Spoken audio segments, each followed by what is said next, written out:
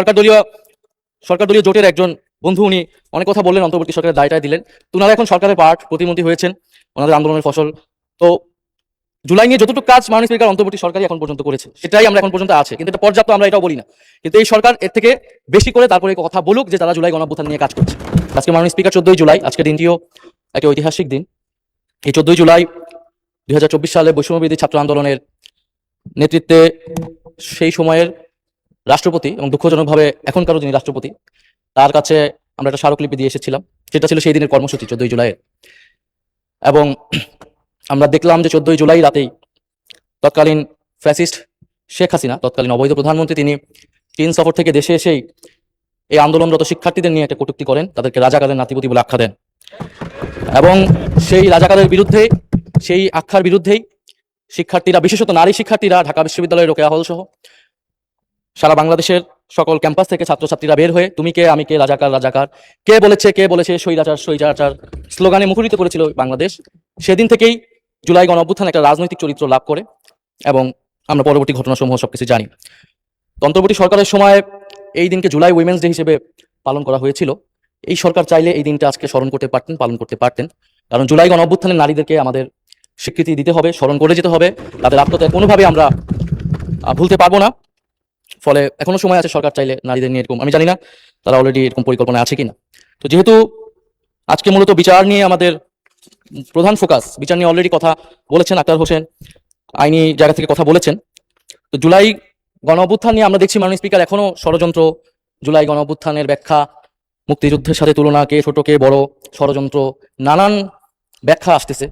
এবং ফ্যাসিস্ট আওয়ামী লীগ এবং ভারতীয় মিডিয়া এই জুলাই গণঅভ্যুত্থানকে শুরু থেকেই ডিফেমিং করে গিয়েছিল, বিরুদ্ধে অবস্থা নিয়েছিল। কিন্তু মাননীয় স্পিকার, দুঃখ লাগে যখন জুলাই গণঅভ্যুত্থানে আমাদের শরিক বা প্রধান স্টেক হোল্ডারও যদি বলি, রাজনৈতিক দল হিসেবে বিএনপি এবং এই সংসদে উপস্থিত আছেন তাদের সরকার দলীয় কিছু কিছু এমপি এই গণঅভ্যুত্থানের বিরুদ্ধে কথা বলছে। জুলাই গণঅভ্যুত্থান কি ডিজাইন ছিল না ষড়যন্ত্র ছিল, মাননীয় স্পিকার ওনারা জানেন না। ওনারা জানেন না কে কিভাবে আন্দোলনে এসেছিল, কে কখন মারা গিয়েছে, স্নাইপার ছিল কি ছিল না, ওনারা জানেন না। তো মাননীয় স্পিকার, তো যারা জানেন, যারা মাঠে ছিল তাদের থেকে জেনে নিতে পারেন উনি, কিন্তু এই ধরনের বক্তব্যের আমরা কঠোর নিন্দা এবং প্রতিবাদ জানাই।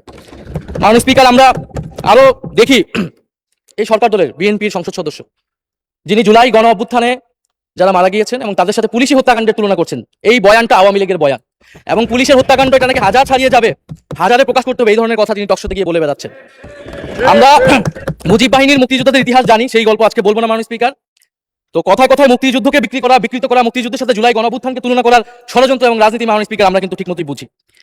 মাননীয় স্পিকার,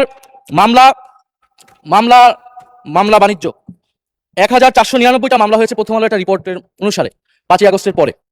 এর মধ্যে প্রথম আলো 40টি মামলা খতিয়ে দেখেছে। প্রথম আলোর একটা অনুসন্ধানী রিপোর্টে মামলার বাদীদের 14 জন বিএনপির সাথে জড়িত, 21টি মামলার হওয়ার আগে পরে কোনো না কোনো আসামির কাছ থেকে অর্থ দাবি, অর্থ লেনদেনের অভিযোগ পাওয়া গিয়েছে। বাকি 19 মামলায় রাজনৈতিক, ব্যবসায়িক, পেশাগত, পারিবারিক দ্বন্দ্ব থেকে অনেককে আসামি করা হয়েছে বলে অভিযোগ করেছেন ভুক্তভোগী ব্যক্তি ও তাদের স্বজনরা।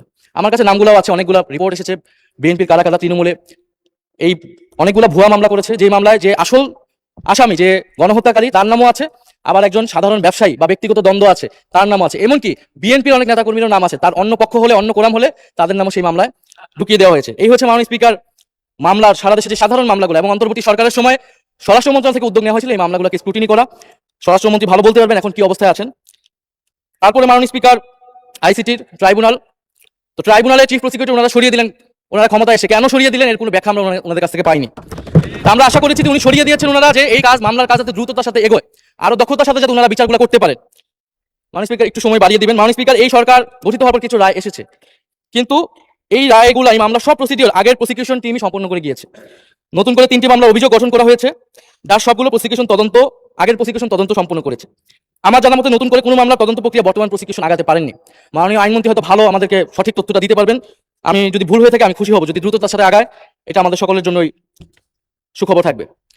মাননীয় স্পিকার, যদি জি, আপনাকে আর 2 মিনিট বাড়িয়ে দেওয়া হলো, ধন্যবাদ। মাননীয় স্পিকার, আমাদের একজন সংসদ সদস্য বলেছেন বিরোধী দলীয়, যে এই ট্রাইব্যুনাল দিয়ে বিচার সম্পন্ন করতে হলে দক্ষ বিচারক লাগবে, ট্রাইব্যুনাল বাড়াতে হবে। অন্তর্বর্তী সরকারের বাস্তবতা আমরা জানি, সেই সময় অনেক ধরনের চাপ ছিল, সরকারের সময় নির্ধারিত ছিল না, কিন্তু এই সরকার তো 5 বছরের জন্য নির্বাচিত সরকার। ট্রাইব্যুনাল নিয়ে তাদের পরিকল্পনা কি, এই ট্রাইব্যুনাল দিয়ে এই বিচার প্রক্রিয়া সঠিকভাবে সম্পন্ন করা যাবে না সঠিক সময়ের মধ্যে।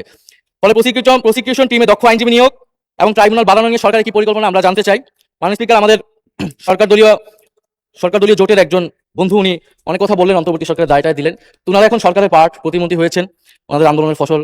তো জুলাই নিয়ে যতটুকু কাজ মাননীয় স্পিকার অন্তর্বর্তী সরকারই এখন পর্যন্ত করেছে, সেটাই আমরা এখন পর্যন্ত আছে, কিন্তু এটা পর্যাপ্ত আমরা এটাও বলি না। কিন্তু এই সরকার এর থেকে বেশি করে তারপরে এই কথা বলুক যে তারা জুলাই গণঅভ্যুত্থান নিয়ে কাজ করছে। বাজেটে ভাতা দেওয়া হয়েছে, এটা অন্তর্বর্তী সরকারের সময় সিদ্ধান্ত নেওয়া, তারা এবার এটা কন্টিনিউ করেছে, যেমন তাদেরকে ধন্যবাদ দিচ্ছি। জাদুঘর, সেটাও অন্তর্বর্তী সরকারের সময় উদ্যোগ নেওয়া, ট্রাইব্যুনাল বলেন, সবকিছুই। তো আমরা আশা করবো এটাও পর্যাপ্ত না, ওনারা পর্যাপ্ত উদ্যোগ নেবেন, সেটা আমরা আশা করছি। মাননীয় স্পিকার, আমরা দল হিসেবে আওয়ামী লীগের বিচার চাই। ট্রাইব্যুনালে দল হিসেবে আওয়ামী লীগের বিচার করা হবে, যেই দল ইতিহাসে দুইবার সুযোগ পেয়ে এদেশের গণহত্যা করেছে, এদেশের গণতন্ত্রকে হত্যা করেছে এবং এদেশের সকল প্রতিষ্ঠান ধ্বংস করেছে, লুটপাট করেছে। আমরা বাকশালের কথা জানি, ইতিহাস থেকে পড়েছি, এবং জুলাই গণঅভ্যুত্থান সহ গত 16 বছর আমরা সচক্ষে দেখেছি। এবং জুলাই গণঅভ্যুত্থানের যে হত্যাকাণ্ডের সাথে জড়িত, তার বিচার দল হিসেবে আওয়ামী লীগকে করতে হবে। শেখ হাসিনার মামলার রায় হয়েছে, আমি নিজেও একজন সাক্ষী, জানি না সরকার দলের বন্ধু কেউ সাক্ষী আছেন কিনা। সেই মামলার রায় কার্যকর করার জন্য দ্রুত সময়ের মধ্যে দিল্লি